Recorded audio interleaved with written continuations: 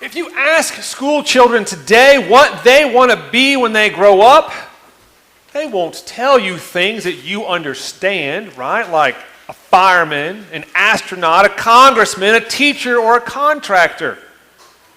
You'll hear about AI, biomed, narrowly, overly applied, instrumentalized traditional fields, right? Not just a doctor, but a PhD, MD specialist in something or other you've never heard of.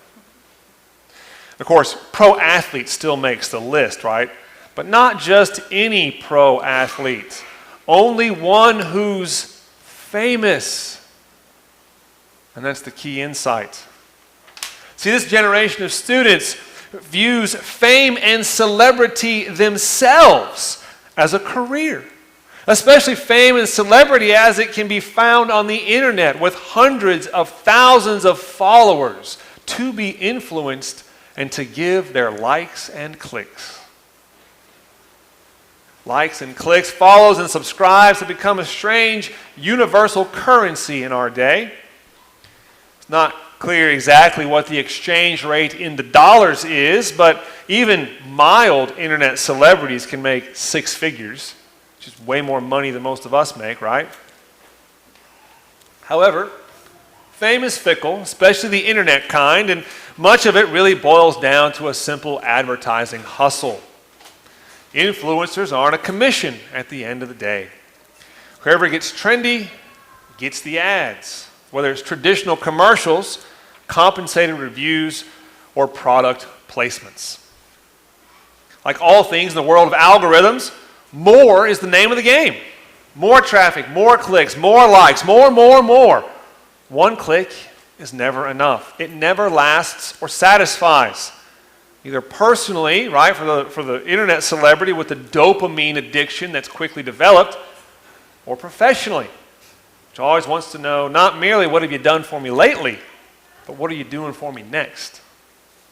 In a silly sports movie I remember when I was a kid, the team captain tried to rally his players for the championship.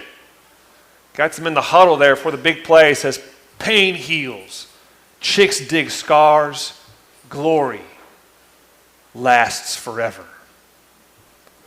Now that makes for a nice movie quote, but that sure doesn't hold up for an internet influencer.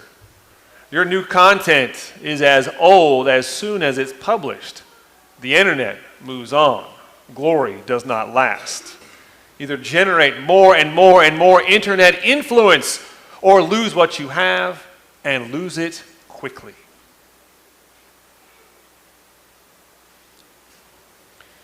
Something about that kind of personal, not selling really, but self-promotion really rubs traditional church people like us the wrong way. And especially American Lutherans who have historically lived very close to the earth in a sensibility kind of way. Anything that looks like open public leadership is often taboo. I mean, church council members traditionally refuse to see themselves as leaders within the congregation. Now, of course, that doesn't have anything to do with congregations' talents and propensities for all that bad behavior like click-making, side-taking, small-timer, influence peddling, turf guarding, gossiping, country clubbing, not minding their own business and the like, all that kind of stuff, right? Those are different Bible stories and sermons. So the point is the notion that people in a traditional congregation, a traditional Lutheran congregation like ours, would purposely seek out personal influence is as strange to us as anything you can find on the internet. I think we could probably summarize it this way, right? Influencing feels too much like pride to us, even though we are indeed as prideful as the next. It's all about how we phrase the question, how we frame the concept. I mean, certainly we all seek to influence our children and our grandchildren, and often we don't realize our negative influence. Again, it's a different Bible story and sermon. I mean, often I would say we look up to coaches. Right? I've had the pleasure of being a pastor to a couple of head football coaches. Right? That's a job of deliberate influencing. In fact, Don and I are watching a TV show right now about a coach, and it's got a sort of a country mouse goes to the city kind of theme to it. But the coach views his job as a coach not to win at all costs, but to influence his players to be the best they can be. And then that leads them to produce out on the field. And maybe that's a clue for us as people who are so very proud of our humility. It's long been noted that Christians in our culture act pretty much like everyone else. Right? Now that's got pros and cons. Right? On the one hand, it means our ancestors did a pretty good job of creating a culture where we can live and work pretty much the way we please without fear of lawlessness. On the other hand, we're so used to acting like everyone else that when culture drifts away from, the 10 Commandments, we don't notice that we've drifted right along with them. It never occurs to us that perhaps we should be doing things differently than our neighbors, right? Even whether it's the media we consume, right? Like the pornography and the Harlequin romances, or it's our employment practices, or it's our failure to keep the Sabbath, or just, again, congregation's propensities to be mean girls. Jesus and St. Paul give quite a different account of Christian behavior. And now certainly this stood out much more in ancient times. The contrast was greater. Because Jesus' command to take up your cross and follow him through suffering and death on to resurrection was shocking and offensive and scandalous the first time people heard it.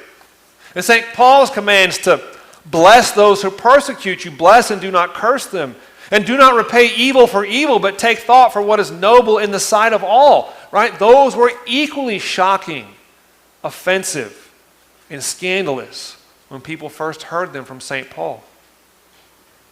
See, God's glory is not found in that sort of one-upsmanship that we take for granted, whether we frame it as clicks and likes and subscribes, or we frame it as a what will the neighbors think reputation guarding and showing off and pearl clutching.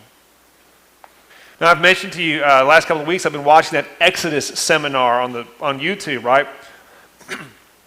And two things that come through very clearly in Exodus are one, that God's glory comes from himself, not from Moses or anyone else. And second, that God's glory is revealed when good overcomes evil. In fact, that's exactly how St. Paul phrases it, isn't it? Do not overcome evil with evil, but overcome evil with good.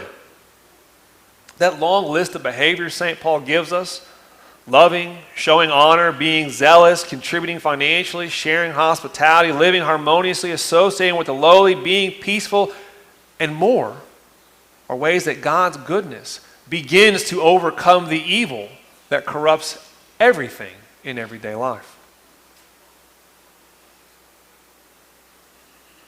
Now, we'd be remiss here if we didn't deal with Jesus' words about his own upcoming betrayal, suffering, death, and resurrection. St. Peter and the other disciples, and still us today, we miss this, what Jesus tells us, thinking that glory comes from a larger army and a power base that influences all and simply cannot be overturned or overlooked. What happens to Jesus is evil. And not just evil, but evil in a manner that looks a lot like evil has won the day by killing God. To call back to our earlier sports examples, Jesus has that greatest comeback victory of all to defeat sin, death, and the devil from his cross to his resurrection. In the biggest picture or in the smallest detail, right? That's God's glory being revealed to us in everyday life. Too often we Lutherans have a bad habit of stopping before Jesus does. Jesus, and St. Paul, we'll come back to him in just a minute, keep going. Jesus tells us to take up our own crosses and follow him. Follow him where? Follow him where he's going, through suffering and death and on to the resurrection, on to new life. He's not speaking symbolically or spiritually. He's speaking plainly about the actions and the decisions of everyday life. That evil, the evils of everyday life, will be overcome with his goodness too when we follow him from what is evil to what is good. Influencing the world by following Jesus in words and deeds, right? It takes both words and deeds. It's not driven by algorithms and audience feedback. If anything, those mechanisms lead us astray in these matters. If it was easy, socially acceptable, popular, even viral, well, Jesus wouldn't call it a cross like his own, would he? What's more, following Jesus doesn't require any kind of subscription or plan. It doesn't take any special equipment or technology. It has no app and no personal data. It simply takes and uses the ordinary lives that we have and makes them extraordinary by his grace, mercy, and love. With his forgiveness and salvation, he makes our lives brand new.